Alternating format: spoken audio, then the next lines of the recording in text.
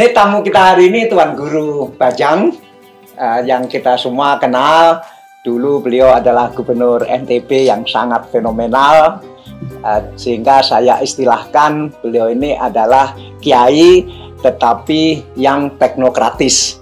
Biasanya kiai itu sulit untuk memasuki dunia teknokratis, tapi beliau kiai yang teknokrat, hafal Al-Quran, lulusan Al-Azhar, doktor, dan menjadi birokrat, menjadi administrator, dan mempunyai organisasi yang keagamaan yang sangat besar di NTB, namanya Nahdlatul Wathon. Dan yang mungkin Anda sudah tahu semua, tetapi saya tetap tak kaget, adalah beliau menjadi ketua harian Partai Perindo. Berapa lama proses memutuskan untuk menjadi ketua harian Partai Perindonya Pak Haritanu Sudibyo itu? Bismillahirrahmanirrahim, sekitar 1,5 tahun. Oh, jadi lama prosesnya. Sebelum saya dulu diamanahkan sebagai Wakil Komisaris Utama Bank Syariah Indonesia, itu sudah mulai prosesnya. Oh, saya pikir tiba-tiba. Enggak, cukup lama. Oh, nah, berarti Tuan Guru ini sudah lama juga nggak berpartai? Ya, sudah cukup lama. Saya tidak berpartai, tidak masuk di struktur partai. Terakhir berpartai itu sebelum 2019, ketika dulu bergabung, diminta oleh Mas Airlangga untuk bergabung di Golkar, dan itu linear juga dengan upaya pada waktu itu untuk mengikhtiarkan Pak Presiden Jokowi dalam periode keduanya. Jadi linear dua hal itu. Ini Tuan Guru yang mendekat ke Perindo, ke Pak Haritanu, kebetulan Pak Haritanu juga berteman, atau Pak Haritanu yang mendekati Tuan Guru? Komunikasi, alhamdulillah. Intinya berkomunikasi, kemudian sering berjumpa, diskusi cukup lama lah, banyak hal. Karena kan saya juga punya cukup banyak pertanyaan-pertanyaan ya tentang visi misi partai, apa sih maksud beliau mendirikan partai, seberapa serius beliau berpartai. Kemudian kalau seriusnya juga, serius lah Pak, dia habis banyak sekali, meskipun dapat persentasenya tidak banyak, tapi habisnya kan banyak sekali. Nah terus? Kemudian juga ada satu hal yang saya tanyakan kepada beliau itu adalah tentang kalau apa ya istilahnya, orang-orang yang mampu, yang sangat mampu, itu jarang yang berani langsung berpartai gitu. Walaupun dari belakang menyokong partai tertentu atau mungkin semua partai. Kok beliau berani sendiri maju? Nah itu juga menjadi bagian yang saya diskusikan, dan dari apa yang disampaikan saya mengambil kesimpulan bahwa beliau sungguh-sungguh dengan Perindo ini. Jadi kadang kan kalau di dunia bisnis ya, Abah juga tahu bahwa terkadang dalam tanda kutip lebih aman di belakang gitu daripada di depan, apalagi sebagai ketua partai politik gitu. Nggak dipukuli. Begitu. Tapi beliau memilih tetap di depan gitu. Jadi ini satu hal yang menurut saya cukup menarik, dan itu menunjukkan bahwa ada determinasi. Ini menarik sekali loh Tuan Guru, bahwa Pak Haritanu itu Tionghoa, kemudian Kristen, tokoh, kemudian menggandeng Tuan Guru yang seorang ulama, seorang hafid, hafal Quran, tamatan Al-Azhar. Kemudian dari segi Pak Haritanu tentu mendapat banyak keuntungan karena kehadiran Tuan Guru menjadi ketua harian ini betul-betul akan mengubah Perindo dengan sangat drastis. Bagi Tuan Guru, menurut pendapat saya, Tuan Guru juga ini sarana Tuan Guru menjadi tokoh nasional yang selama ini memang saya inginkan Tuan Guru, bukan hanya saya, banyak orang, tapi salah satunya saya terus menjadi tokoh nasional, karena jarang ada ulama yang punya kemampuan teknokratis. Jadi menurut pendapat saya Tuan Guru ini saling dukung, saling mengisi, dan mungkin baik bagi negara ini. Bagaimana ya? Iya, yang pertama sih kan kalau saya sih Pak Abah ya, itu kan kita diajarkan untuk selalu bergerak dari apa yang kita yakini. Dan memang kalau sejauh yang saya pahami itu di dalam konteks katakanlah tuntunan Islam kita ya, masalah politik, sosial, ekonomi, budaya itu bagian dari ranah muamalah. Dan karena ranah muamalah maka ada murunah, ada elastisitas di situ. Jadi ada ruang yang dibuka besar sekali. Yang paling penting prinsip-prinsipnya. Jadi ada inklusivitas, ada interaksi, ada perjumpaan dengan beragam dan itu dimungkinkan dan bahkan didorong di dalam Islam. Beda dengan misalnya akidah dan ritual ibadah yang sifatnya eksklusif ya. Nah, itu yang pertama. Yang kedua, kalau menurut saya sih selain dari aspek ya, katakanlah yang Abah sampaikan tadi dari sisi paharinya, dari sisi saya juga ingin supaya ada apa ya, ada ketika kita bicara tentang Bhinneka Tunggal Ika, bicara tentang keberagaman yang tetap bisa membuat kita nyaman satu sama lain, kebangsaan. Ya, itu tidak boleh hanya wacana saja, ya. Tidak boleh hanya dalam acara-acara formal saja. Kita harus bisa membuktikan gitu, termasuk misalnya di dalam berpartai, bahwa ketika misalnya saya masuk ke Partai Persatuan Indonesia, yang mana foundernya atau pendirinya seperti Abah sampaikan tadi memiliki sederet identitas, yang mungkin saya punya gerbong identitas sendiri, identitas yang beda gitu ya, tapi kemudian bisa bersama di situ ya, dan bisa berikhtiar bersama-sama dengan satu visi partai untuk kesejahteraan Indonesia. Saya pikir mudah-mudahan ini juga menunjukkan bahwa kita bisa bekerja sama di dalam apapun selama dalam kebaikan. Dan baik bagi Indonesia, Tuan Guru. Insya Allah, baik bagi Indonesia. Tapi Tuan Guru kan kalau boleh dibilang metamorfose, dulu pernah juga di Partai Islam rasanya, di Partai Bulan Bintang. Iya, dulu saya diajak oleh Pak Yusril. Pada waktu itu beliau datang ke Lombok dan menyampaikan bahwa Tuan Guru dulu Maulana Syekh itu anggota konstituante dari Masyumi. Ayahanda ya? Kakek.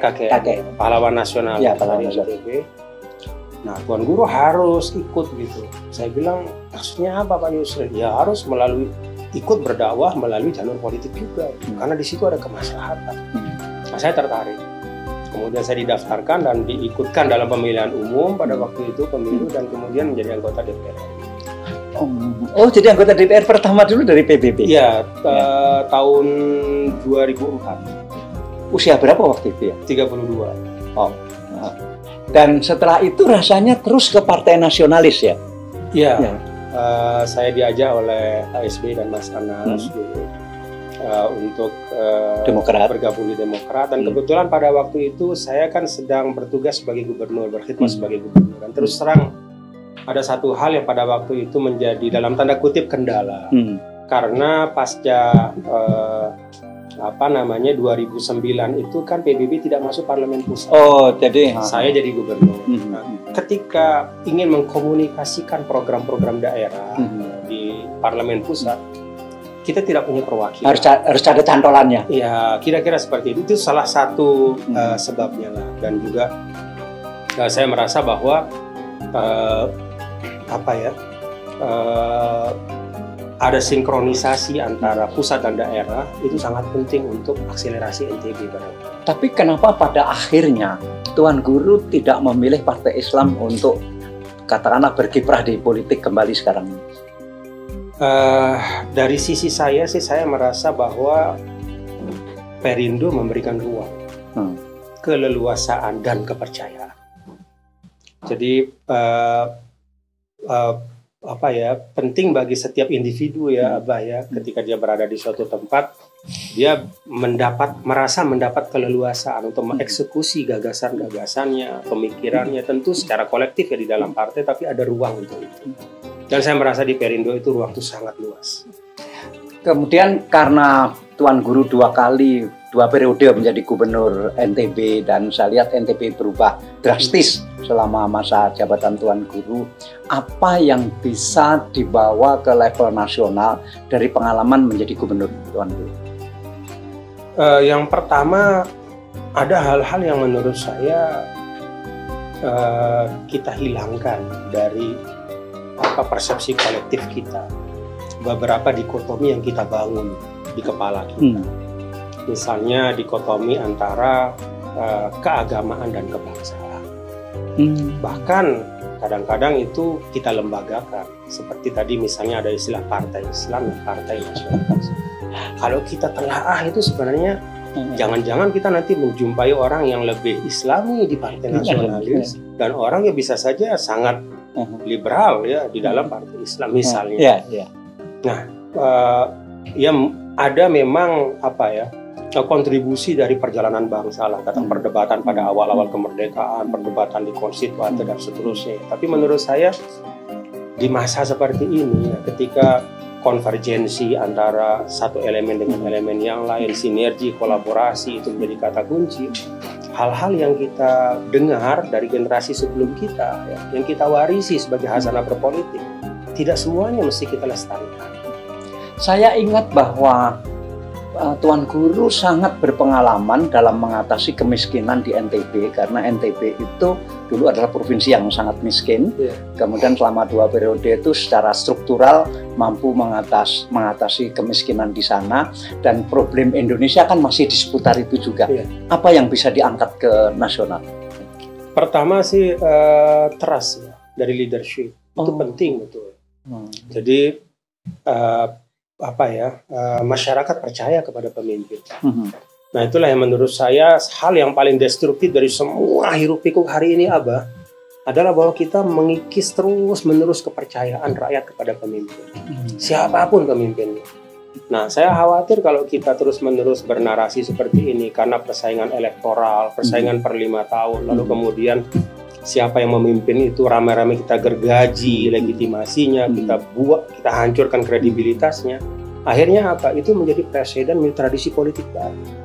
Dan itu hanya menjauhkan antara pemimpin dan yang dipimpin. Itu tidak Tuan Guru alami di NTB? Alhamdulillah tidak.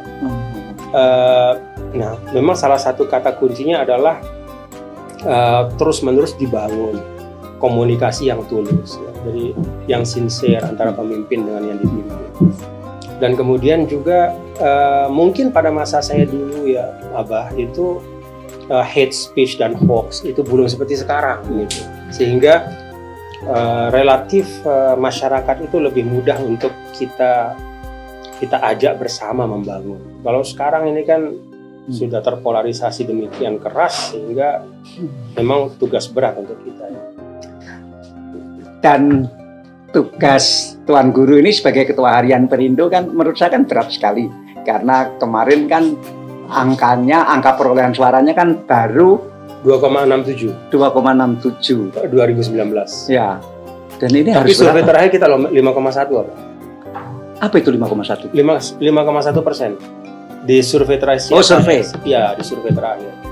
Jadi dari 2019 perolehan pada pemilu 2019 ke sekarang hampir 3 tahun itu kita sudah bisa melipat gandakan, mendobelkan dari 2,6 menjadi 5,1. Dan kita optimis insya Allah akan terus meningkat. Nanti targetnya dapat berapa kursi di DPR? Mudah-mudahan bisa 60 kursi. Dari 0? Iya, dari 0. Wow. 60 kursi itu melebihi P3. Di survei kita sudah jauh di atas P3 dan PAN. Kita sekarang menempel ketat dengan Nasdem. Triknya apa? Saya pikir kalau dulu Nasdem kita kenal bahwa Nasdem dalam masa pencalonan anggota DPR cari betul-betul tokoh yang sudah terbukti punya suara yang cukup untuk kursi di suatu daerah. Dan itu berhasil sekali menurut pendapat saya, tekniknya Nasdem itu. Nah, untuk dapat 60 kursi seperti apa Tuan Guru? Sebenarnya teknik itu kan sudah diterapkan oleh hampir semua partai dengan intensitas yang beda-beda. Dan saya pikir semua partai akan berusaha mencari tokoh-tokoh yang kredibel, ya. Tokoh-tokoh yang dalam tanda kutip kemanapun dia berlabuh dia udah bawa konstituennya gitu, bawa gerbongnya. Itu satu hal. Tapi hal yang lain yang menurut saya juga menarik dari kasus Perindo adalah bahwa ada ada analisa dari sebagian lembaga survei yang kami ajak bicara. Mana kok Perindo bisa naik seperti ini dan seterusnya. Mereka menyampaikan bahwa Perindo itu partai yang relatif sepi dari konflik. Jadi ada programnya terus berjalan di bawah, ya, termasuk pemberdayaan ekonomi melalui gerobak Perindo, bantuan modal usaha, dan pada saat yang sama menahan diri untuk tidak ikut ya dalam setiap hiruk pikuk politik. Tentu hal-hal yang memang perlu dikomentari kita komentari. Ada standing position partai, tapi pada hal-hal yang kami anggap tidak ada kaitannya dengan kemajuan bangsa, hanya kegenitan politik sesaat, gitu. Hanya megapun politik gitu, teriak-teriak satu sama lain, kita nggak ikut-ikut. Jadi rupanya ternyata kita sering kali underestimate masyarakat, gitu. Dalam arti bahwa masyarakat tidak punya cukup nalar untuk melihat misalnya ternyata ada nalar. Dan kami akan terus menjaga itu, Abah. Kami ingin Perindo ini menjadi partai yang bekerja terus sesuai orientasi kesejahteraannya dengan tanpa menghabiskan energi, dan bahkan kita akan terus-menerus menyuarakan supaya hate speech dan politik kebencian itu dihilangkan. Ya, Pak Haritanu ini menurut saya pinter sekali. Yang diambil bukan gerbong-gerbong, tapi yang diambil ini lokomotifnya.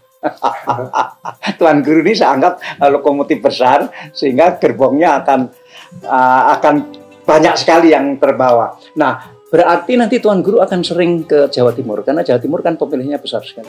Nah, itulah dalam rangka itu saya datang malam ini. Jadi saya datang. Jadi acaranya apa ke Abah ini?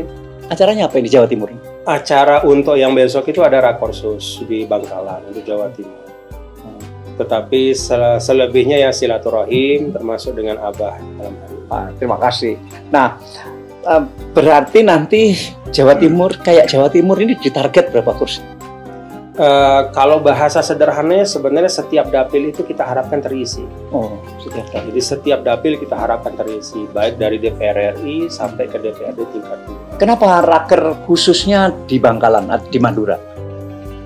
Sebenarnya itu pilihan dari Ketua DPW ya Pak Mirdasy ya, tetapi menurut saya sih itu satu sinyal juga, satu simbol bahwa tidak ada daerah yang tidak menerima Perindo sebenarnya. Tidak ada daerah yang resisten terhadap Perindo. Bahkan di Madura juga cukup baik. Jadi ternyata banyak daerah-daerah termasuk di Jawa Barat ya, misalnya kalau dalam persepsi sebagian orang itu daerah yang sangat sulit untuk partai dengan atribut seperti Perindo untuk masuk gitu, daerah basis katakanlah umat Islam yang kuat. Ternyata banyak sekali dapil di Jawa Barat itu yang basis Perindo cukup kuat. Dengan akselerasi yang memadai, insya Allah pada 2024 bisa menghasilkan kursi. Jadi sekarang sudah sepenuhnya pindah Jakarta, Tuan Guru? Sering di Jakarta. Dengan berkat teknologi, kemudahan komunikasi, transportasi ya beberapa hari di Lombok juga tidak masalah. Dulu ketika menjadi Komisaris Utama Bank Syariah Indonesia, kan itu gajinya besar banget Tuan Guru. Ditinggalkan gitu saja. Di partai kan tidak bergaji. Terus gimana? Saya sekarang diamanahkan sebagai Wakil Komisaris Utama di MNC. Ya. Jadi di perusahaannya Pak Haritanu jadi saya Wakil Komisaris Utama. Jadi nggak ada masalah ya. Nggak ada masalah. Nah, sekarang Tuan Guru kan besok ke Madura. Kan ini lagi ada haul Yai Syekhona Khalil. Nah, besok sekaligus juga apakah akan ke haul itu? Akan datang ke haul, ya salah satu haul ya. Besok ziarah ke Syekhona Khalil. Kalau tidak salah bukan haul, tapi ziarah biasa saja. Ada salah satu pesantren yang melaksanakan haul, mungkin akan silaturahim.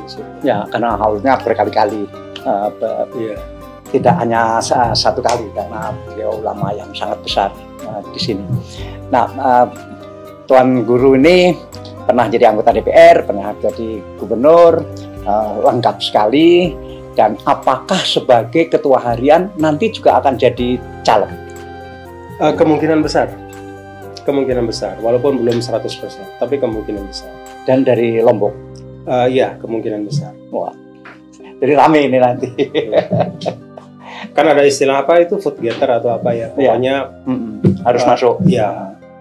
Nah, tentang perempuan nanti di dalam Perindo, porsinya seperti apa, Tuan Guru? Perempuan? Ya. Normatifnya kan 30% ya. Dalam semua aspek ya, untuk pencalonan, kemudian kepengurusan, dan itu kita sudah penuhi. Dan menurut saya sih memang melihat demografi kita, ya harusnya dia akan mengikuti struktur demografi. Demografi kita kan 5149. Ya harusnya gitu. Sama. Kira-kira. Itu harapan. Tuan Guru, yang sangat serius bahwa saya terutama sebagai orang yang ikut memperjuangkan desentralisasi, otonomi, dan Tuan Guru juga 2 periode jadi gubernur, berarti orientasinya juga sama. Tetapi kalau kita lihat Tuan Guru, justru partai politik ini kan sangat sentralistik. Jadi partai politik ini dalam hal politik desentralisasi agak bertentangan dengan policy pada umumnya. Pemerintah sudah sangat desentralisasi, kemudian kebijakan yang lain-lain juga desentralisasi. Tapi partai politik ini sangat sentralistik. Bagaimana ya ini cara? Saya tidak hendak berkomentar Abah terhadap partai politik yang lain. Tapi untuk Perindo saya pastikan kita tetap menganut asas desentralisasi. Artinya ketua DPW cukup diberi wewenang? Oh ya, sangat cukup. Terutama dalam pencalonan nanti? Iya, karena yang saya lihat juga yang menarik dari dari ketua umum Pak Haritanu itu adalah memang beliau percaya betul gitu bahwa orang-orang yang tepat ketika sudah diberikan tugas, kewenangan dan amanah, ya dia harus punya ruang yang cukup. Jadi amanah tugas itu bukan sekedar di atas kertas, tapi memang berikut ruang untuk dia mengartikulasikan tanggung jawab itu. Jadi menurut saya cukup bagus ya.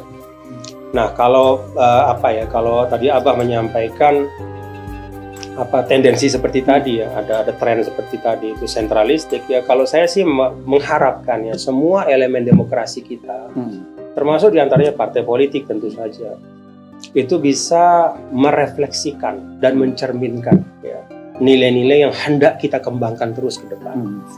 Jadi kalau kita sebagai bangsa misalnya di dalam tata pemerintahan kita menganut asas desentralisasi, ada otonomi daerah, ada kewenangan yang cukup besar diberikan, bahkan sebagian besar urusan pemerintahan itu diserahkan kepada daerah, maka itu harusnya tercermin juga di dalam elemen demokrasi yang lain. Ini belum Tuan Guru. Ya, mudah-mudahan. Ya.